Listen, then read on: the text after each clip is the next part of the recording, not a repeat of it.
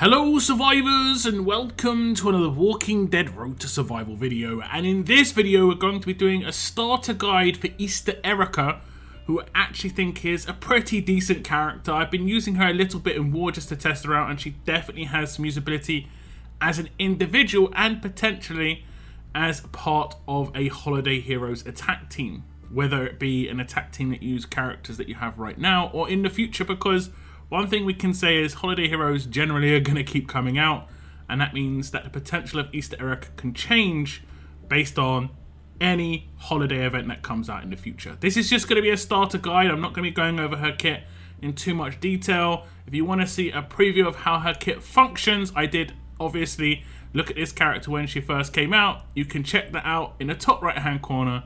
But now let's move on to what I think you should upgrade on this character, mods, and the sort of weapon you should use.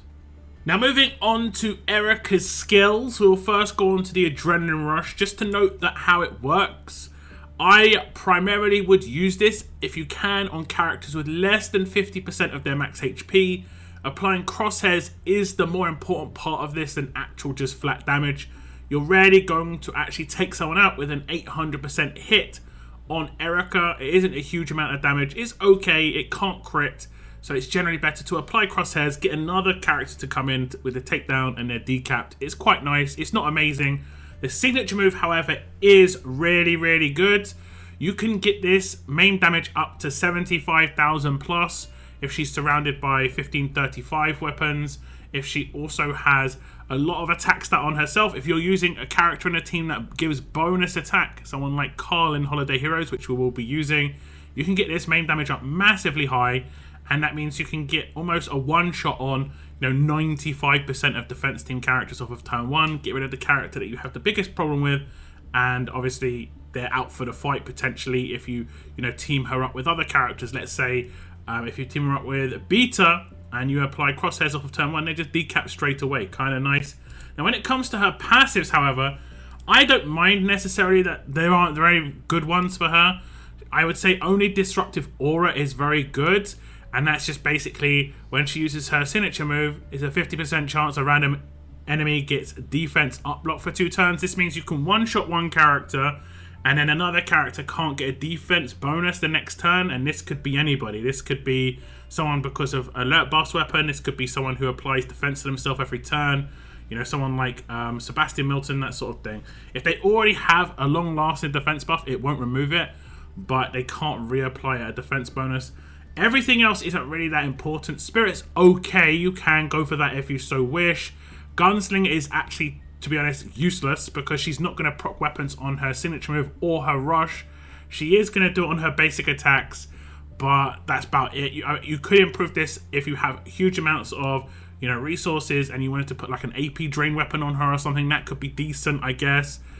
Group benefits is okay. When rushing, there's a chance that she'll heal teammates for 20% of their max HP for each Holiday Hero Allegiance teammate. Now, you could just max this if you want. I didn't see this as a massive priority. If you do go all out and max this, it might be worth it, maxing Spirit too, so that any healing done, they get 20% bonus HP. But this is just not really, that amazing. It's a shame that she's a medic. There isn't really much else she could have been that would have been good. Maybe a control character that the crosshairs would have had a better chance to land. That's pretty much it. So she's actually quite a cheap character to upgrade, which is good for newer players. You can go all out, but it's not going to really give her that big a boost when it comes to her power on an attack team, in my opinion. So next up we have the combat mods for Easter Erika, and we want to do as much damage on this character as possible, particularly for her signature move. And for that reason, we're going to go with more offensive setup. She is, of course, an attack character anyway, so it does make sense. Now, she cannot crit, really, except with basic attacks, so it's definitely not worth using critical multiplier. We're going to go with attack set, make it nice and simple. In the top left-hand corner, we're going to go with attack on attack. Find the best one that you have available. Remember that platinum is always better than gold. Even a bad platinum is better than the best possible gold. So just go with the platinum if you have it. If you want to use a paragon, that's up to you, but I will say there probably are better characters on your roster that do need much higher attack stat. It's not going to have as big a benefit on Erika. Really, it's only going to make a very, very small difference. The rest is pretty straightforward. Well, except maybe the top right hand corner. You don't necessarily have to go for an attack versus. You could go for a defense versus. Her Maim, if you want to build all of the kit around Erika to do with her Maim damage, cannot do trait damage. So attack versus does not make any difference there. It will make a difference with her adrenaline rush, but if you're seeing it more as a support adrenaline rush to apply crosshairs, you might want to keep Erika alive longer. And if you've been unlucky like me and got something like this could actually be really useful. Attack set with the defense versus tough, which I'm just going to apply here because it does make sense. I'm mainly going to utilize her as a main character, and I want to keep her alive as much as possible. I will potentially be attacking teams with tough characters on it, and obviously 70% defense versus is great. I wouldn't want to use this mod in any other real circumstance. In the bottom right hand corner, this really depends on what kind of teams you want to use her against. One of the teams that I've kind of seen that potentially could be good would be a team with an alpha lead, because she can obviously take those characters out quite nicely, or even a team with the new Denise lead, because if you do want to use a Holiday Hero attack team, it does have limited AP gain on those teams. There are specific characters that do have it, but you could potentially build a team into those defense teams. And obviously having Daze resist against Alpha is going to be really important, and there's going to be some controls on the Denise defense teams that are going to be important too. She does not need exhaust as much as you could put exhaust resist on her. She hasn't gotten any unnatural AP gain on her kit. Unless you have someone else in the team like Laura or something who has the potential to give her AP, you're not going to have any problems there. Honestly, it's pretty much up to you what you want to do here. You could see the problematic control as you know it occurs in the team you're utilizing this team against, and decide, hey, this is the one I want to actually use.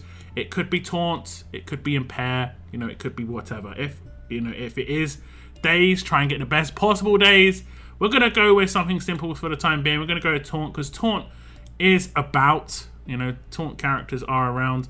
And we are going to have like the kind of like normal 3. And we're going to lock that in just to get a little bit of a stats boost. As you see, our stats go up to 34,000 attack from the base of 26,000. So we're already getting quite a nice boost. Remember, these don't multiply with weapons, leader skills or anything.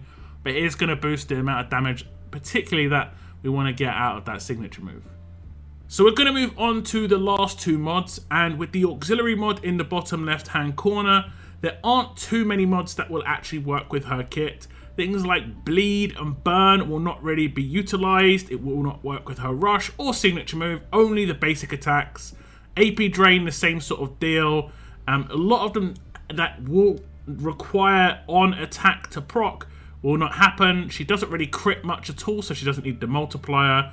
And then a lot of the other ones are defensive. I would say one that does kind of stick out potentially is going to be attack while impaired, because you can still use her signature move when she is impaired, and that would boost the attack she gets for the main.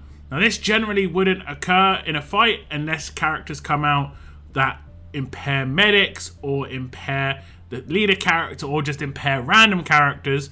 So the first signature move isn't going to happen with this bonus, but it could potentially work with other signature moves down the line. And then, like I said, there aren't too many other options. If in the future another tower in war comes out where you get a potential slow on attack teams, it could be worth putting attack while slowed on her, and she should get a boost to that signature move off of turn 1. Now the last mod is truly a wildcard mod. I think this is going to be completely random on everyone's build. You could build her more tanky, give her a bit more HP, and go for for instance, a HP on attack. And just to get that stat up, if we look at her stats here, you'll see that she gets boosted up to nearly 30,000 with this, which is okay. For an attack team character, that's not too bad. It's not going to be boosted really any further, so that's worth noting. You could go for a second resist if you come up against teams that have a lot of problematic characters on it when it comes to control. For instance, you could go for like confuse resist in this slot as well. Basically, whatever you are having problems with, survivability, for instance, HP, getting particularly controlled in a certain way, just put in a second control mod here. I would say just don't go with another auxiliary. As we already said, there's not many that actually work. And the top right hand corner, she is a character that doesn't require double attack versus, as you see, she doesn't even really require one. So I would say it's either going to be another stat or another resist. Your choice. I'm going to go with another resist for the time being, and we have now nearly got 36,000 base attack on Easter Erika. This is going to be boosted, but off the base, that boost damage that we have, which is around about 10,000 from the set bonus and the attack on attack mod, is just going to be a flat increase, but it will increase the main damage, rush damage, and basic attack damage we do. Now, when it comes to Erika's weapon, there isn't too many options. You could potentially go for an AP down weapon in the 3rd slot. You can get this off the 4-star weapon wheel. Hopefully you get better percentage upgrades than me. The most important part is the 1535 to buff herself and her teammates with attack percentage and crit rating. A weapon that a lot of you might have on your roster that you could potentially use that has the AP down on is going to be this Davies Violent Cupid crossbow from a couple of Valentines ago. As long as you slap 1535 on this and you increase the attack up to 45%, you should be actually pretty good. If you want to try and utilize this so that her basic attacks actually do AP drain, it might be worth upgrading that skill in her passives to make it so that that 3rd slot has a better chance to proc. Otherwise, there aren't too many other options when it comes to weapons just yet. Most of them rely on actually doing attacks, which she's only going to do with her basic attacks, not her signature move or rush as explained before. So unless a special weapon comes out in the future, Erika's options are very limited.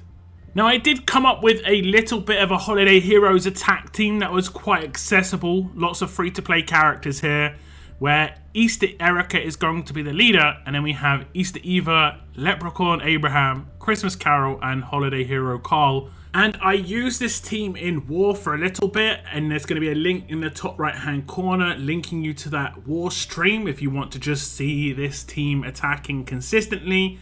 And it was working pretty good. Obviously there are teams that it's going to struggle against. You have to identify those teams. But the teams it did well against was working very nicely. The main damage from Easter Erika is extremely powerful and was one-shotting very dangerous characters off of turn 1, like Sebastian Milton, being able to bypass his bonus HP and defense bonus without having to ransack it. I could just one-shot him straight away and he's out straight away. I like this a lot. Sebastian Milton is a big problem. The only issue with this team, obviously, is it's going to be a little bit slower than if you had a lot of promos, but obviously you could swap out some of these characters for promo characters if you have them. So like Sophia is also a Holiday Hero, and you can just slot her into this team instead of Easter Eva or Leprechaun Abraham, and it would still be pretty solid.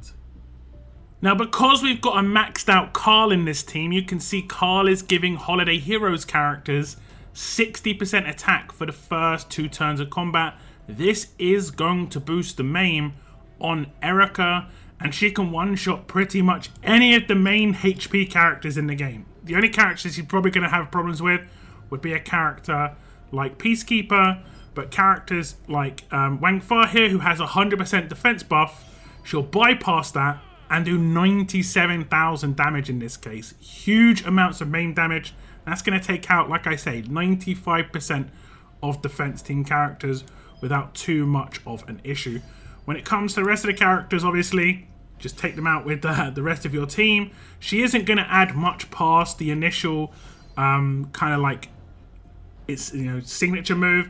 You can wait for it to come back around again if you want, obviously, and try and get as much damage off there as possible.